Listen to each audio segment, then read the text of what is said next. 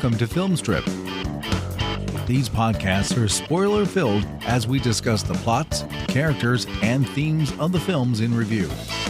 All content used or discussed in these podcast episodes is the property of the respective owners and used under the Fair Use Act, Section 504(c)(2), Title 17. Welcome to Film Strip. I'm Ron. I'm Jay. And this is our review of The Conjuring, The Devil Made Me Do It. Starring Vera Farmiga, Patrick Wilson, Rory O'Connor, Sarah Catherine Hook, Julian Hilliard, John Noble, and Eugenie Bondurant.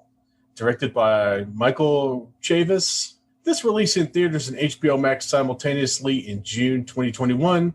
It has already grossed an impressive $57 million at the box office. So, Jay, what does the voodoo that you do so well have to do with the Conjuring series? I don't know what that means, but okay.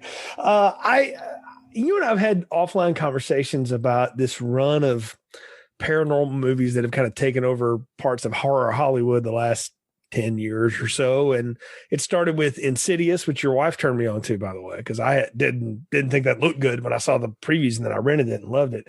I was a big fan of Sinister because I love Ethan Hawke. I like Scott Derrickson. I like C. Robert Cargill. And so I knew they were doing that. So I was a big fan of that one. And then when Conjuring came along, my wife and I went and saw it in theaters. And we liked it, and it kind of got me into, I think I remember Ed and Lorraine Warren, but it wasn't real positive. So I did a little Googling, and it was like, oh, so these are historical fiction. And I want to say that from the beginning, like, you have to accept that these live in a world where these people are the heroes, which is not the way it happened. There's also a world where demonic possession is a real thing. That's also not real. Sorry, kids. But I like the two Conjuring movies. And you and I, back in the day, did Annabelle. And I liked it. I mean, I know a lot of people kind of banged on that one, but I thought it was pretty good. I liked Annabelle Creation. I thought that was good. Then they started spinning off. I didn't see The Nun. I saw The Curse of La Llorona. And much like Annabelle Comes Home, it sort of erased itself as I watched it. So I'm not a big fan of the entire Conjuring cinematic universe, if you would say, but I do like the first two Conjuring movies. I enjoyed them quite a bit, mostly because Vera Farmiga and Patrick Wilson are awesome in them. And if you put anybody else in these movies, it would suck. Yeah, Lindsay and I actually did a special appearance on the Tis the Podcast Patreon, where we talked about the Conjuring movies and the Conjuring verse in the lead up to the Conjuring, The Devil Made Me Do It, where the consensus that all three of us came to was that without Ed and Lorraine Warren, and specifically without Vera Farmiga and Patrick Wilson, these movies do not fly. And this is coming from someone who likes Annabelle, who loved Annabelle Creation. I thought that was better than Annabelle 1, the original Annabelle. I kind of liked Annabelle Comes Home just because it was a novel take on the thing, and we finally got to see what happens when the Warren's playroom gets out of control. Isn't that 50 Shades book or something that happens? Yeah, there's a long bit. There's a great bit on We Hate Movies where they talk about the contractors that Jigsaw had to hire to build these death rooms, but that because of contractual reasons, Jigsaw had to call them sex dungeons. Yeah, I can believe that. And so I'm a big fan. I've seen all of them, but La Llorona. Because I don't know why I missed that one. I even saw The Nun in theaters because I hate myself. Wow. I mean, that's going deep in, man, at that point. It was not good, but it was fun. Yeah. I think that's the thing about these movies is you're not going in there to watch The Third Man or, Citizen Kane, or you're not even going in to watch The Shining, Stanley Kubrick's version, not Stephen King's teleplay.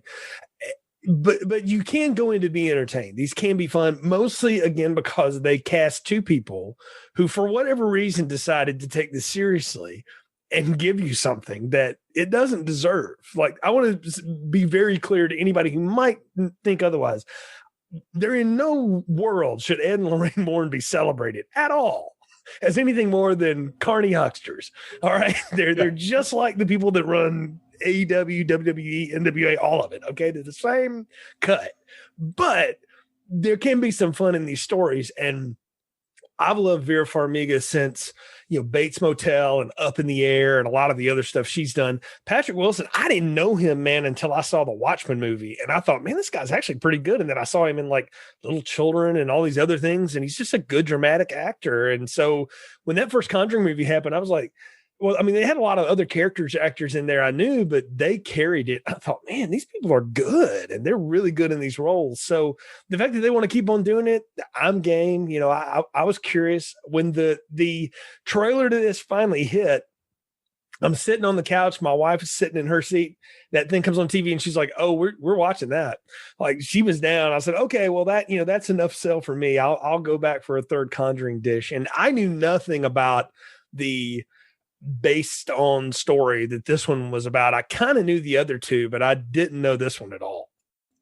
Yeah, I was completely unfamiliar with this one, but I've been a Patrick Wilson fan going back to Hard Candy, the movie he made with Elliot Page, where he is an incredible creep. Mm-hmm. I also saw Little Children, and that was what turned me on to Jackie Earle Haley, who's an incredible creep in that movie. In advance of the Watchmen movie. And then both of them were together. I was like, well, I can't not give this 5 stars. And it was one of my most effusively praising reviews I did on Den of Geek. Was I loved it. I know I'm in the minority on that. I know that the amount of people who love that movie is small, but I'm one of them, and I've been on board with Patrick Wilson ever since then. And like you, Vera Farmiga, Bates Motel was just revelatory. She's amazing on Bates Motel, and it's really worth the journey to watch that show, because that's another thing that shouldn't work. But between her and Freddie Highmore and Nestor Carbonell, it actually really works. Yeah. Olivia Cook's great in that too, by the way. Oh, Olivia Cook is incredible in that. She is a scene stealer.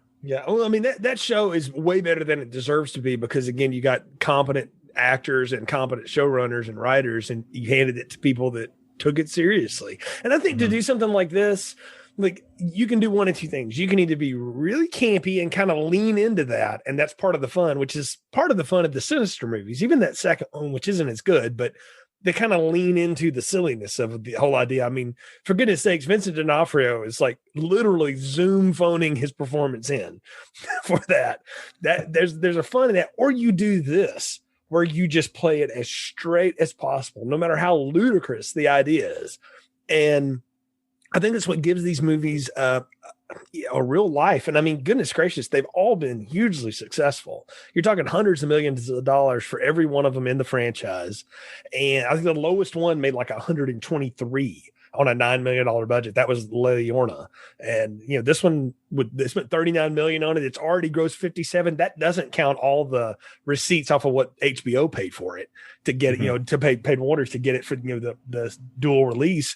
So it's already a hit, and we know it is. And they didn't even have to do much with the trailers. Like, there's not a lot there. It's very simple before they sell you what this is. Cause I think by the time the third Conjuring movie happens, you kind of know what you're in for.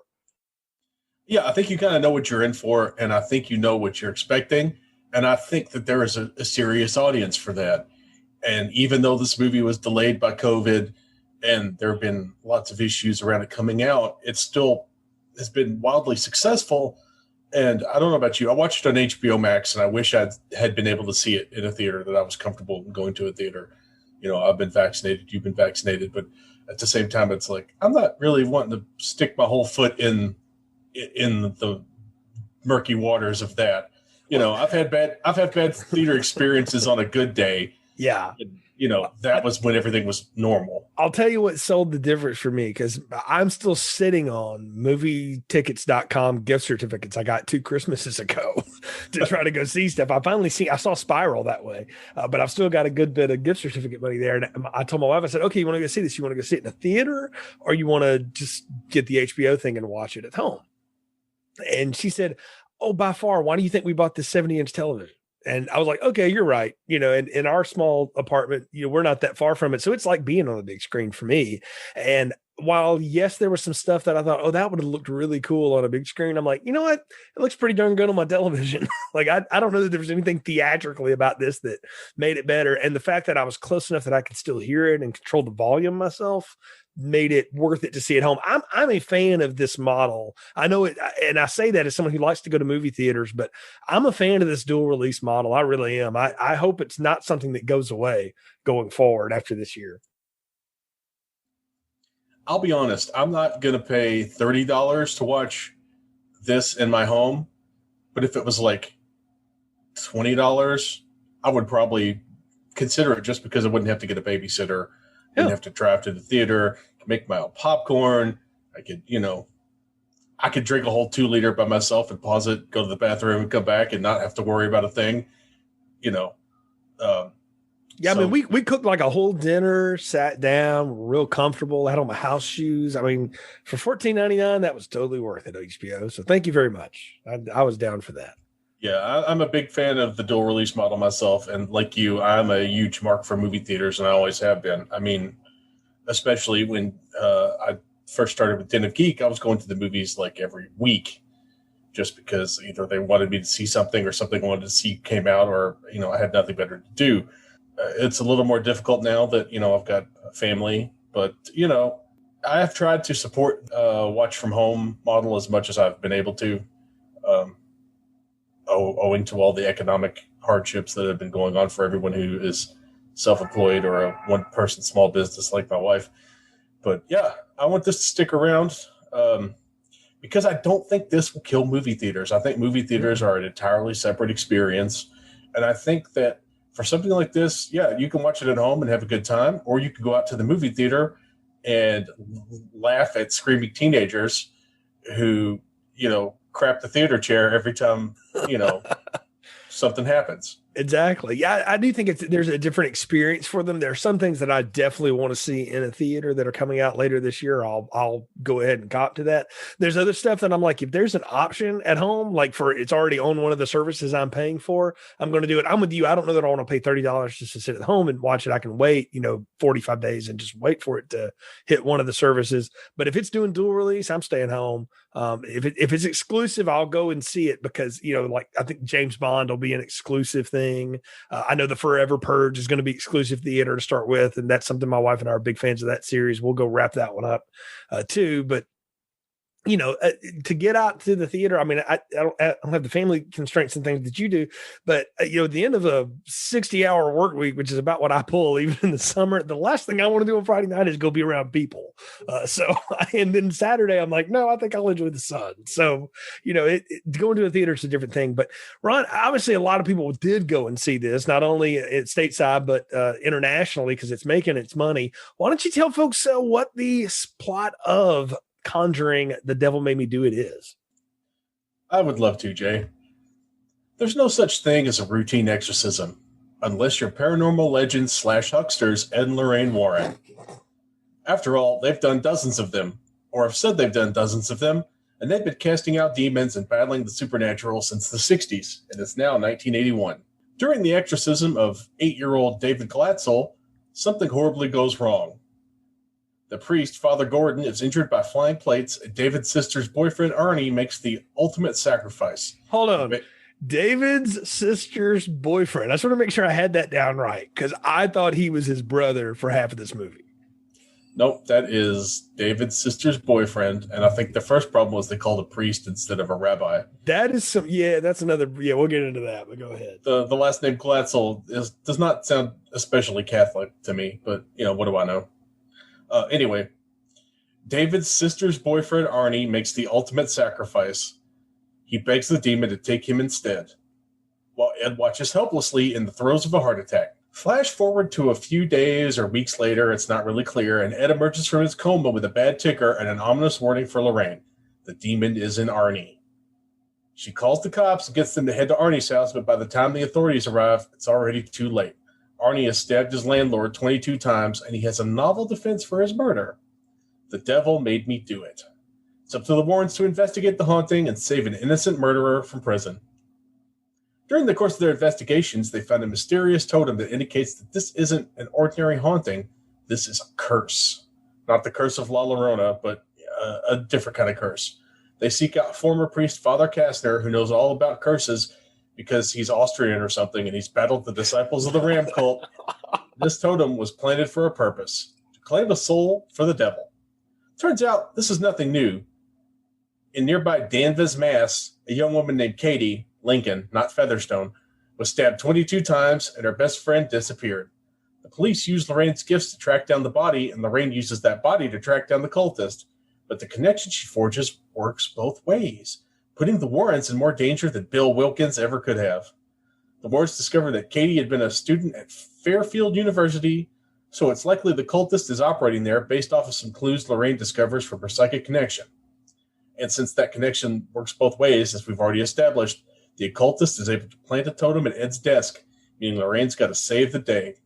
She goes to Kastner for help, and he reveals that he raised a secret daughter, Isla, who turned away from Catholicism and towards demonology, and she's using the tunnels under their house as her demon lair. Fitting, because demons, hell, underground. They all go into the tunnels, and Kastner is killed by his daughter. Lorraine runs, being chased, and Ed arrives on the scene to smash his way into a tunnel with a sledgehammer, bad heart or no bad heart. But, the demon possesses him, and he goes to kill Lorraine.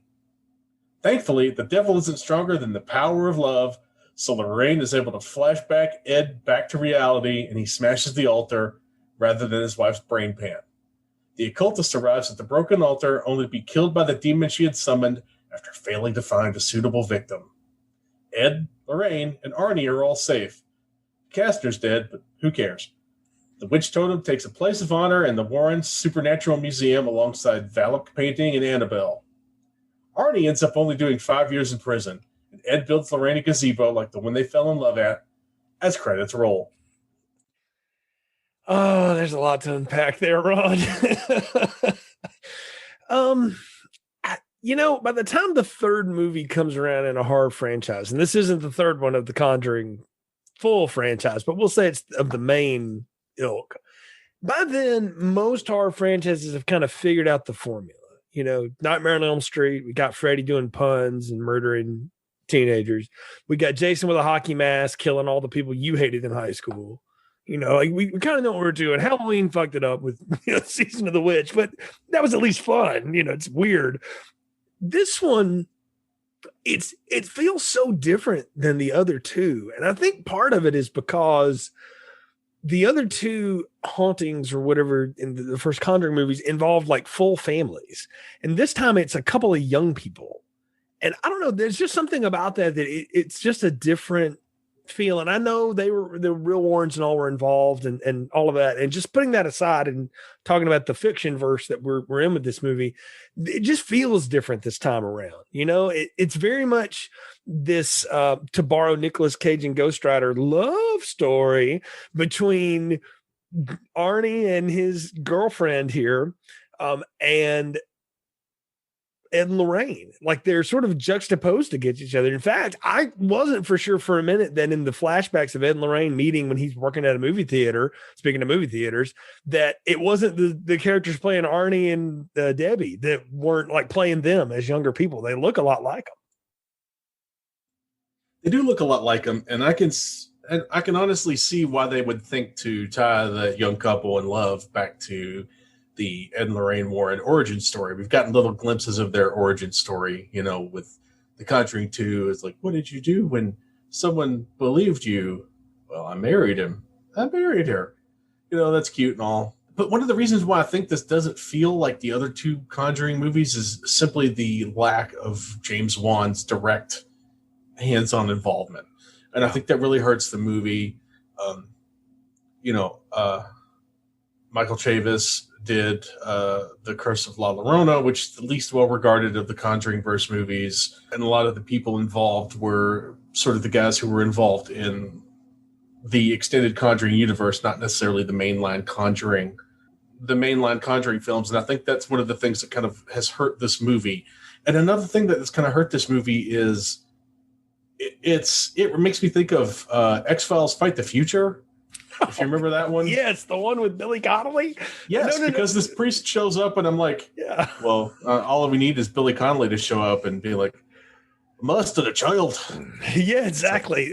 I want to tell you the parallel I draw to it here is I'm a fan of the Fast and Furious franchise by and large. Like, I don't just hate those movies outright, even though they are ridiculous and get more ridiculous as every passing chapter. But they had kind of a sweet spot in the middle there where they had like 3 really good movies in a row, like 4, 5, and 6 are infinitely rewatchable. But there's something about Too Fast, Too Furious, directed by John Singleton, that I know it's not any good, but I still like it. But it's definitely missing like the people that made the first one good and the people that made the fourth and the fifth and the sixth one really good, namely Vin Diesel. And, you know, I know Rob Cohen's still involved, but like some of the writing was different. It's just a different sensibility, and it's competently directed. Michael Chaves can direct, but there's just nothing interesting about it. Like, James Wan has a way of using the camera to set you up for a good scare. Whereas in this movie, like, I knew when every jump was about to happen. Like, you could time it. I'm like, it's not going to happen when he's looking through the hole in the wall. It's going to happen when he turns around. And sure enough, that's exactly what happened. And I don't know. There was something about watching this movie that I felt like, and even not knowing the source story at all, I'm like, I can predict, I think, everything that's about to happen. And I was pretty well right most of the time. Like, it's very, very perfunctory, this movie. And another problem, at least I have with the movie, is you get a lot of Ed and you get a lot of Lorraine, and they're separated for a big chunk of the movie. And what you want is those two together. What you want is those two together, those two interacting with Arnie and his girlfriend. You want those two interacting with the family, because that's the strength of the movie. That's the strength of all the mainline Conjuring flicks, has been that great chemistry between Vera Farmiga and Patrick Wilson, that kind of lived in, loving relationship that they're able to put together just based off of how they look at each other and interact with each other and their body language towards each other. They're what make the movie work, and them being separated is what hurts this movie more so even than to me, James Wan not directing it. Yeah, and the thing is, like, part of it is we want to give Lorraine a lot of agency as a character to do things without having to have Ed there the whole time. And there's also, everyone knows Ed Warren died because of a bad heart. So they want to tease us with the idea of like, is this the one where Ed's going to die? You know, and I personally like really started to hate that when I realized they weren't going to do it. I was like, now they're just kind of toying with us with that. And that's a crutch. And you remove one of your biggest pieces out of the movie, because Patrick Wilson, when he's in the movie, is really good, but he's not in it enough. And that's nothing against Vera Farmiga. I like her. But what works about these is, like you said, the two of them together, not them running solo. Like the best parts of the Scooby movies are when they're actually working together, not when you separate them all. And that's the same with this. Like, it just, I don't know. There was something different about it that I didn't love. And I think you've nailed something about James Wan and sort of his understanding of how to do suspense and really get you scared. Right. And the one thing they got in this one that I'll give it credit for, which is different, is rather than being another haunting movie, because they have danced around Amityville so long. I don't know when we're ever going to get that one, if we ever will. I mean, goodness gracious, it's not like there's not enough Amityville horror movies. They could have finally done one with the Conjuring universe, but whatever. And I think they've gone by it now, so they won't do it.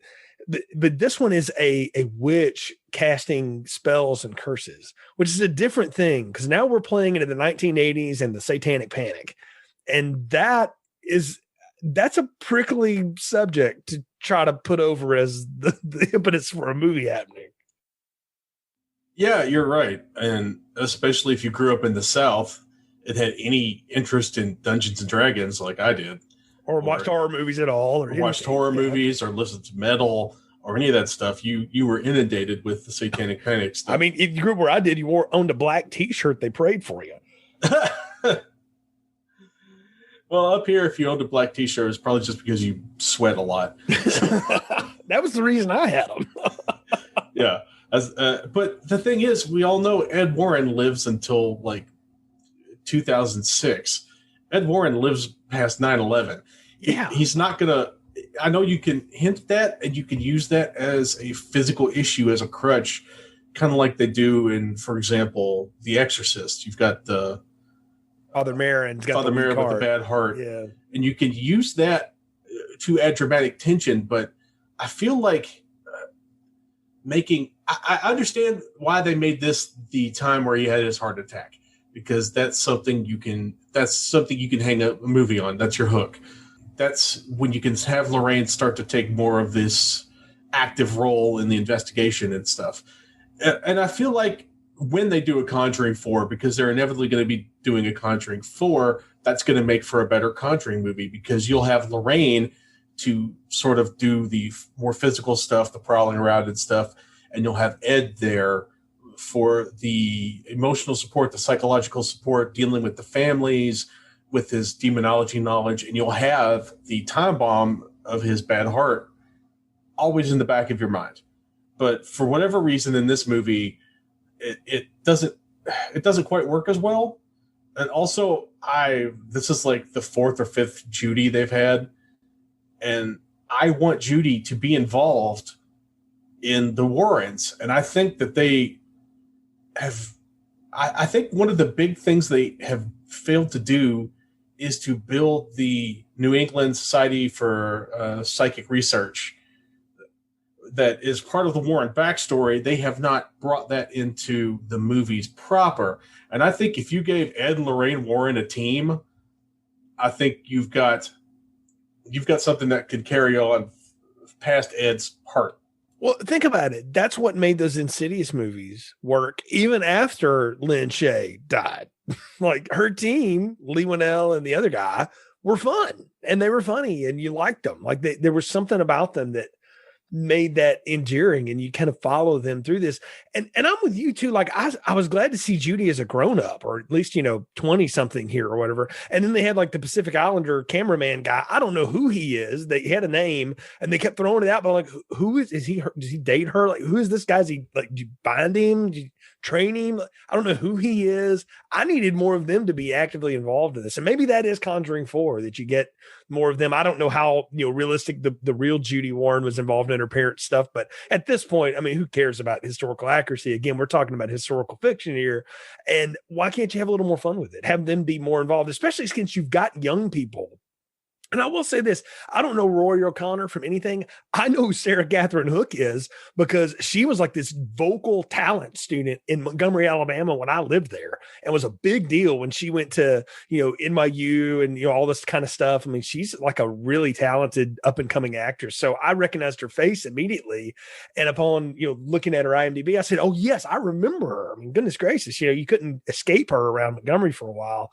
You got really fresh young faces who are doing some fun stuff here. It would have been neat to have the younger ones to at least be along for the ride. Well, Drew has been around since The Conjuring 2. That's the guy you're thinking about. He is a South African actor. Okay. Shannon Cook. But I feel like at this point they should have like a sound guy. They should have the camera guy. Yeah. They should have like a tech nerd to put all those patches together. They should 100% have a team at this point, and Drew should be more of a character.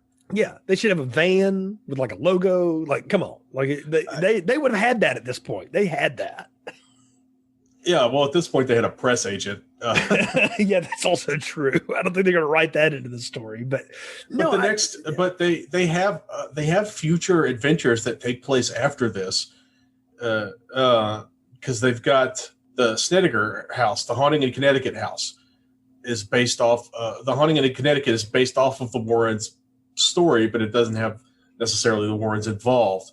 I think that if you're going to continue this on, especially if Ed's going to have a bad heart, you need to get these other people. Drew needs to be a character. Judy needs to be a character. Maybe pick one actress and stick with her for a while. It's time to sort of broaden the team, and I think they've really missed out on something, because they could definitely do from the files of the New England Paranormal Society, or whatever the name of their organization was, the New England Society for Psychic Research. Yeah, that could be a whole thing. That could fold in your Conjuring verse. You know, it totally could. I mean, that's kind of what they did with The Nun and La Llorona, too. Those were kind of side shoot things that didn't really have anything to do with this until they just shoved in like Father Perez and a couple other side characters, too. At least Annabelle had some direct, to it. I'll say this now, and I'll say my piece about it and get off the horse about it. But they did miss a chance with that second one not to do Amityville. They really should have done that and done it from that point of view. It would have been more interesting. Now the only way to do it is to recast and do a prequel, which that's automatically going to suck because Patrick Wilson and Vera Farmiga are so good in this. There's no way you could beat them. So I don't know how they would do it. I don't think you'd have to do a prequel. They both basically look the same as they did in the first Conjuring, and that was prior to Amityville. Amityville was a few years before this. Yeah. So I think you could definitely, if you really wanted to get them to do Amityville, they can. My issue is I'm not sure who owns the rights to the Amityville story. It's also true. I mean, who knows now? There's so many sequels to that, and there are some that are made that have the name, but they aren't official. Like I watched one on Shudder or something that was like the Amityville Legacy or some nonsense, and it was terrible. Amityville, It's About Time, where there's like time travel involved. Yeah, there's that one, which I think the Scream movies made fun of in Scream 4, if memory serves. But yeah, that's the kind of thing we need. We've gotten sidetracked on that, but it's worth mentioning because, again, this story is pretty darn simple. Like that's the one thing too, is the other two Conjuring movies were almost convoluted. They were almost like a lot of layers you had to get through to figure it out. And this one, like if you don't know Father Kastner is a bad dude, the minute you meet him, you ain't been watching TV. I mean, he just looks like some evil thug from a bad Chuck Norris movie, or, he's always been the priest that knew too much or something. He just has a presence that you're like, oh yeah, this guy's lying. He knows something he's not telling them. It's clear. Well, he was one of the bad guys on Sleepy Hollow. If you remember Sleepy Hollow, he was he was kind of a good guy on Fringe. Are you really that good when you're involved in like mad science? Because he was basically, he's either going to be a priest or a mad scientist with that accent, his general look. He definitely looks like the original Dr. Frankenstein. Like he's got that going on. And I like the guy. I really like John Noble as a performer, but he's typecast based off of his accent and his look. Yeah, it's like Rutger Hauer walks on and something's about to go down. It's like, well, okay, yeah. Obviously, we know that this now is the antagonist of the story for the most part, because that's just what he does. Yeah, in our forthcoming Army of the Dead review, Rob Antiquera from the Action Drunkies has a whole school of actor who, they're going to show up and be the bad guy. Among them is Garrett Dillahunt, who's in that movie. And among them is John Noble is going to be some sort of scary, troublesome figure in your story because that's just what that dude looks like.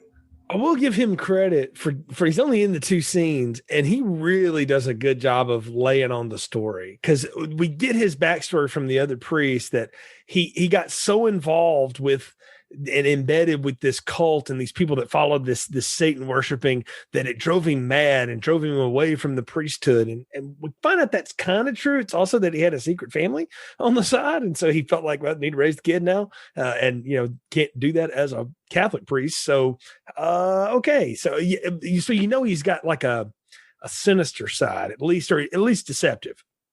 And the way he talks and plays it, I'll be honest with you, I got a little bit of Everett McGill in Silver Bullet off of him. Like he just had like a couple of looks like that. That's a really good pull. And I've been trying to figure out who that guy was making me think of, and I wasn't pulling Everett McGill, but that's a good choice. Yeah, he felt a lot like that. And the way he lays out the story in the two halves that he gets is that, these people just followed this. He tells like a very sympathetic side of the Satan worshipers, right? And it's almost like the more realistic side of like people that just, didn't go within the mainstream and they got so wrapped up in something that they got a hold of something they didn't know what to do with. So I felt like I could just wrap all this and, hold all these books in here together. And, Ed gets the good line about these aren't organized in any alphabetical way, are they by any chance? Because of course their library is, but it's pretty much here's all the answers you need are in this room and it's all right here.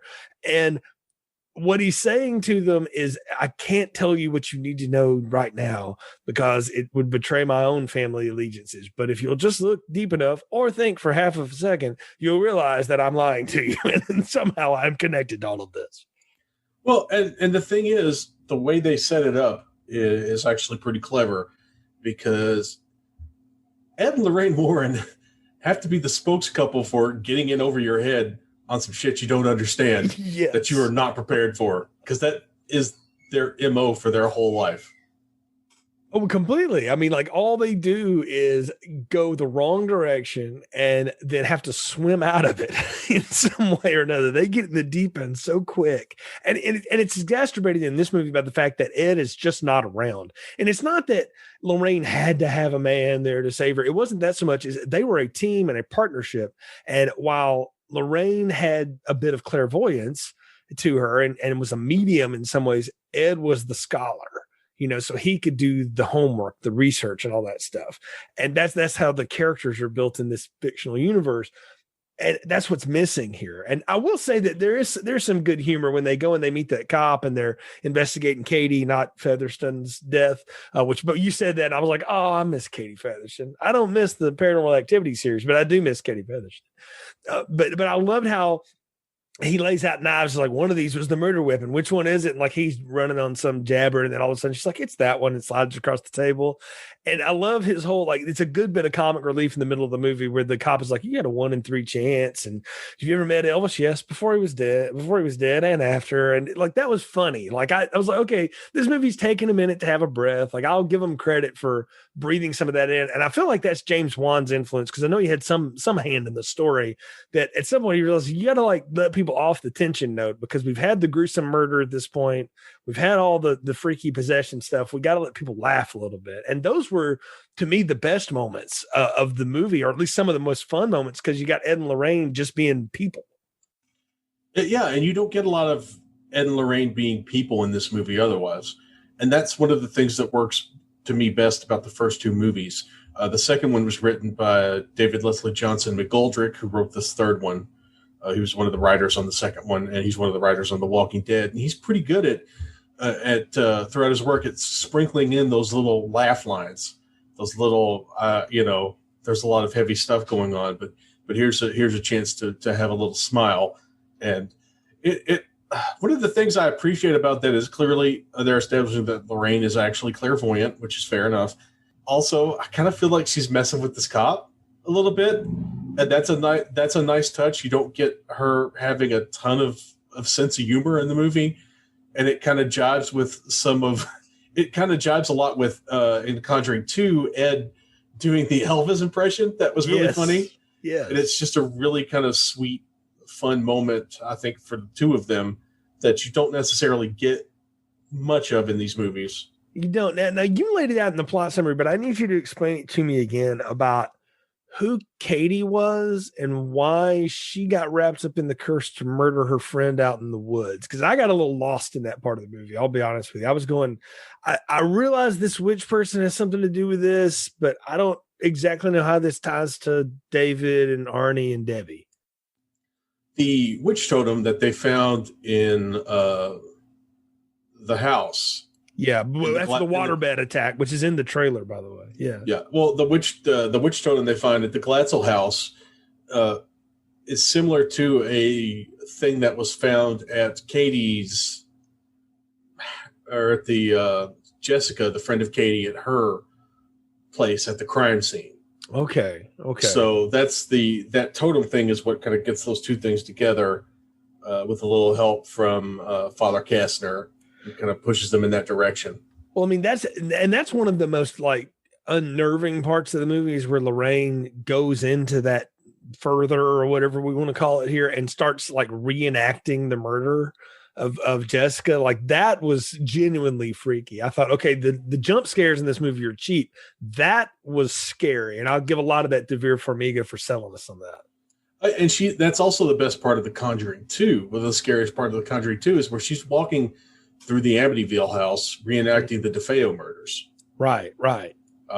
And that part really works for me. And the part where Ed gets possessed later on in the movie both of those really work for me because of the physical performance of the actors, how completely different it is from their normal interactions with each other and the normal interactions with the world.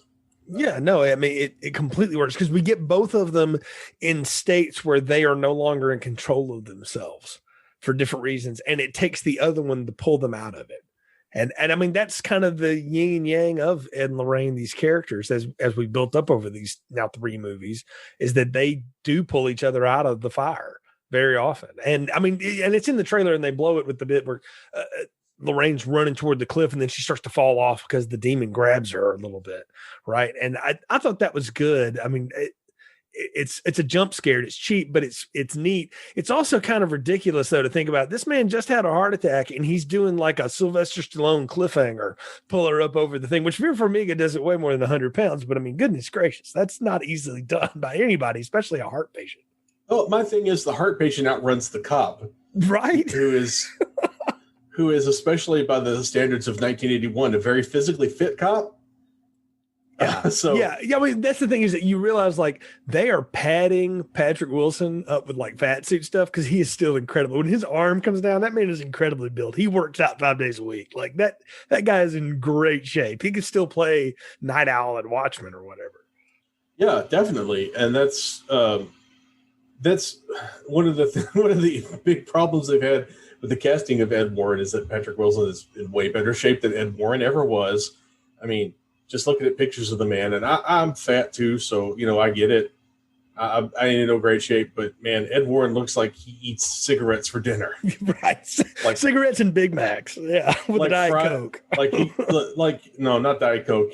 That's fried cigarettes and brandy. Butter. Yeah, yeah. No, I hear you, but it is a neat moment when she goes off the cliff literally and he rescues her, and then later on when they're down below in the tunnels and he's possessed, and the makeup job they do and the eyes, the whole, I don't know if that's CGI or if they do contacts like Michael Jackson's Thriller or whatever, it really works. And part of it is the face. Again, both of them can give this face that can be horrific, and Vera Farmiga was awesome on Bates Motel doing that kind of stuff, and then just to see her do it again is cool. What did you make out of Eugenie Bondurant, the lady that is playing the witch here? Because I'll be honest, and I'm not trying to be mean here. Like, I was like, is that a man? Is that a woman? I don't know. Like, it's very androgynous and kind of spooky. It's very Marilyn Manson is that performance. And that kind of ties back into the Satanic Panic stuff because it was all going to corrupt your children and scramble traditional gender roles and all that stuff. I mean, I assumed it was a woman, but just a woman dressed in very severe clothing, very puritanical almost. Puritanical or stereotypically witchy kind of clothing to me. Yeah. Like if she had showed up in The Vitch, yes, I wouldn't have been terribly surprised. Or if she showed up in Lords of Salem and dropped a lot of F-bombs, either one. Yeah, the Vitch, Lords of Salem, she could have showed up on the island in, not the Bees. Oh, Wicker Man. The Wicker Man, yes, thank you. Yeah. The original or the remake, or both. Yeah, she could have been kung fu kicked by Nicolas Cage and it would have worked. Like I don't know that performer from anything. I probably would never see her in anything else, but that was a startling performance to be that subtle and quiet and just alarming at all times. I kept waiting for her to like freak out and start screaming and yelling. And to the script's credit, they never let her do that. It's like she is always in control when she's lighting up her black magic candles and doing her incantations and what. I liked that. I mean, because the stereotypical thing is that person always like goes off the rails, and she never really does in this. And so I liked that performance. It was quite unnerving. And she's one of those performers who's been around forever and been in all kinds of stuff, but never really like broken out. Like she was on Star Trek: The Next Generation. She was on Frasier. She was on Arliss. She was in Fight Club. She's one of the people in the support groups at Fight Club. She's been on Elvis miniseries from 2005. She was in the Hunger Games, Mockingjay. She's been in all kinds of stuff and never quite broken out. But she's a really interesting looking person. And she's a really she's like a radio theater actress, Yeah. and like a stage performer, and she's like 6 feet tall, which is crazy. Yeah, because in Hollywood, that's giant. Let's just be honest. Like she is like Patrick Wilson is a giant in Hollywood. He's a huge guy, and she is very tall and thin, and she's just a rail is what it is. Mm-hmm. And when she does that bit where she kills her father, she's on one side of the room, and he pulls out a gun and he starts telling her like, "I'm sorry, I'm going to have to shoot you" or whatever, in his feeble George Bush voice or whatever he's got going on there. And she just comes right behind him and slits his throat, and then it's like shh, and she lays his head down. Like that was messed up. I was like, okay, that's good. Yeah, she's great. She fits right into this universe as a different sort of character. She's got an incredible look, as you've talked about, and like I could definitely see her as being in league with the devil, just based off of totally her general look and her general vibe. I gotta say the third act of this movie is where it sort of rescues itself for me, because at this point I've just kind of been going with it and I'm like, okay, whatever. But it's when we've got Arnie, he's surrounded himself with holy water in his cell, in his suicide prevention cell, and the holy water of course comes in a glass container. He breaks it and he starts to cut himself up and all that stuff, and he's strapped down to the bed and he's clearly being controlled and contorted by this demon while Ed and Lorraine are fighting the demon woman beneath the shadows. And I got to say, like, him and Sarah Catherine Hook there in those scenes are really good together. Like, she gives a really good performance. I liked the two of them. I almost wanted more of Arnie and Debbie, because I felt like we shifted away from them so long to just do Ed and Lorraine playing Scooby that we kind of forgot who they were. I feel like this could have easily been a Conjuring verse movie, and you bring Ed and Lorraine Warren in at the end. Yeah, because I liked those two characters, and I could have definitely seen more of those two characters. And I feel like there was something there that they could have tapped into a little bit more, and made it more of almost like a legal thriller type of movie. Kind of like The Exorcism of Emily Rose. Have you ever seen that? So that's a Scott Derrickson flick, by the way. And yeah, Laura Linney is great in that. And yeah, there's some good performances going on there. But I liked our young couple is what I'm getting at. And I don't know Rory O'Connor from anything. I've seen a lot of his like credits and stuff, but I like him. I'm like, okay, that dude's going to be a star. Sarah Catherine Hook's going to be a star. Like they definitely have some star wattage to them. I really like the performers who played young Ed and Lorraine Warren. And number one, they're a good physical match for them. For like the first 5 minutes that those two were on screen, I'm like, did they just de-age them really well? Or did they just cast lookalikes? Is there a lot of CGI there? And like, if you wanted to give me like an Ed and Lorraine Warren, like their first case, those two, I'm 100% on board. If you wanted to give me a movie just with Arnie and his struggles in that legal case, I'm 100% on board with that, because I feel like all those performers, Sarah Catherine Hook, Rory O'Connor, the two folks who played the young Ed and Lorraine, I think you've had some real talent like involved in this movie. That's Megan Ashley Brown as young Lorraine and Mitchell Hoog as young Ed. I feel like that we should actually mention their names, because they're one of the things that really makes this movie work. Well, they don't get any lines either. That's what's beautiful about that. Their story is Lorraine telling how she met Ed and how they fell in love and all this kind of stuff. And they're just acting like without any lines. That takes special talent to be able to emote that way with just movement and with scenery. And that's when this movie, when it's in its slow moments and it's kind of being quiet and sweet, like there's some real heart to it. It's when it tries to scare me in those first two acts that it just friggin' feels cheap. This third act is creepy enough because of what is going on. The juxtaposition of Arnie levitating in the friggin' prison hospital and the priest, the power of Christ compels you all over him, looking like Elias Coates doing it the whole time, which I don't know who that guy was, but he looked like him. And Ed and Lorraine fighting each other, I mean, that's the thing is we've seen them semi-possessed before, and now Ed is going after Lorraine and she finally turns him around and he's able to get control of it. and he turns that sledgehammer around and smashes that altar in half. And that was a really powerful moment. It was great. Yeah, that's a moment that really worked for me too. And the third act kind of drew me back into the movie where my attention had been wandering slightly in the second act. And I don't know if that was just where I was or the time of day I watched it. I can promise you it wasn't you, because we made a pact. My wife and I said, okay, we're not going to pick up. We're going to do it like we're really in a movie theater, no phones. And we were both like, I really want to pick my phone up. Like it's dead parts in this movie. Like I really want to flip through Twitter or something because I'm not here. I feel like I don't have to watch this and I can still follow it. But when that third act kicks in, it's a different ball game, and it really comes to play at that point. Yeah, and I feel like that's one of the problems that the Conjuring verse movies have tended to have. Versus the two mainline films. And now the third one has similar, not necessarily weakness, but kind of a flabbiness.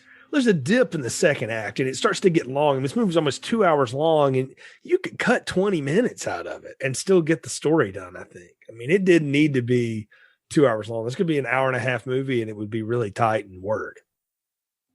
Yeah, and I think it would have, and I think it would have been a better movie had they done that sort of chop down, so to speak. And I understand not wanting to cut out any of Patrick Wilson and Vera Farmiga, but maybe you cut out, and you don't necessarily want to cut out any of Rory O'Connor and Sarah Catherine Hook either, because those two, that juxtaposition between those two couples, where they're similar, where they're different, really kind of helps the movie, kind of gives the movie something with a little teeth that carries you through that third act where you get the creepy occultist showing up.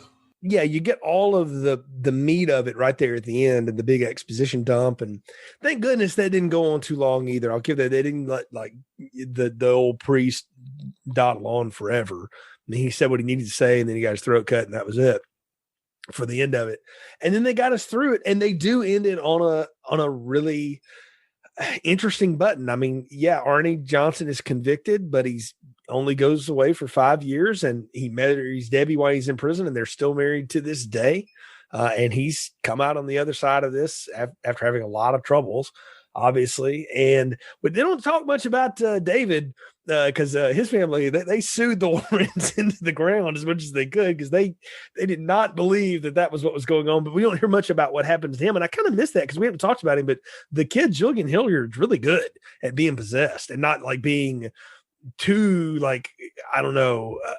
Whatever that kid's name in the original Pet Cemetery is, I want to play with you. He's not too freaky like that. Yeah, there we go. Yeah, whoever played Gage, we're not doing that, at least, which I liked in this. But we get that juxtaposed with Ed and Lorraine, and like you say, he builds her a gazebo, like what they, first kissed under, because that's what you do when you're rehabbing your cardiac condition. You build gazebos in your backyard. Yeah, probably while chain smoking unfiltered Marlboros. True. Ed strikes me as a Lucky Strike kind of man. Yeah, the moment I said Marlboros, I was like, no, it's Lucky Strike. Yeah. I think you're right. He'd be Pall Mall Lucky Strike kind of man. And Lorraine would have been like those Virginia Slims actions. 100%. Virginia Slims menthol. Yeah, completely. That is Lorraine for sure. Well, that's completely smoking, kids. It's really cool. Yeah, I think we just did a PSA we didn't mean to do. Yeah, what's a reverse an ad. We did an ad for cigarettes. Yeah. Which is funny because I've never smoked in my life. And I quit long ago, so thankfully. But yeah, it's a very nice kind of bookend moment, and it's kind of not necessarily a happy ending for Ed and Lorraine, but it's just proof that their love can survive even like demonic possession. Yeah, even the satanic panic can't break up Ed and Lorraine. If anything, the satanic panic probably made them very wealthy. True. Or at least, kept them in business. I don't know if they were necessarily wealthy, but their Connecticut house is pretty nice. Yeah, I was going to say. Yeah, they weren't struggling. Let's just say that.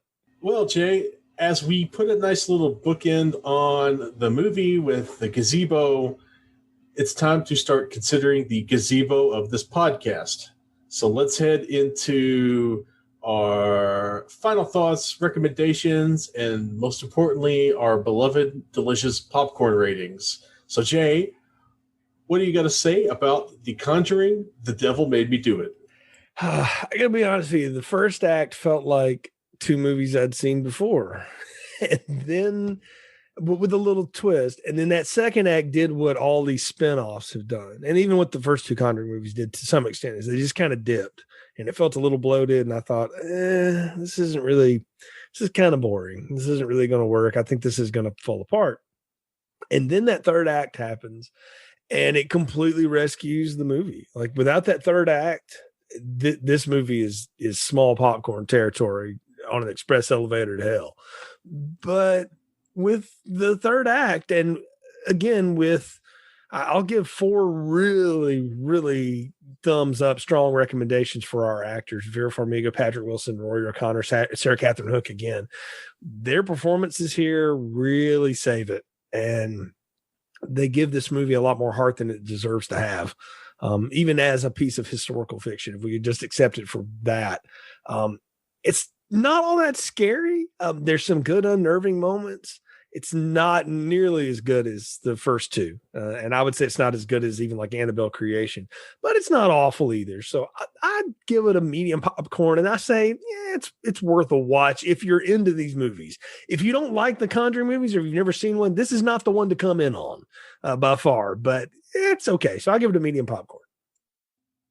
Yeah, I'll go with you on the medium popcorn. I will add some extra butter.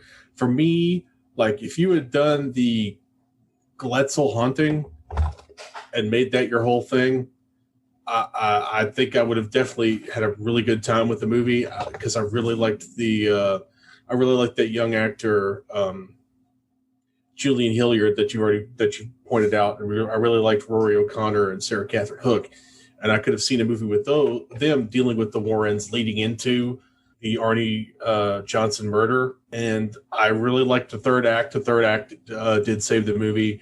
The second act, it wandered a little bit. I don't necessarily want the Warrens to be separated. I like them operating together as a pair.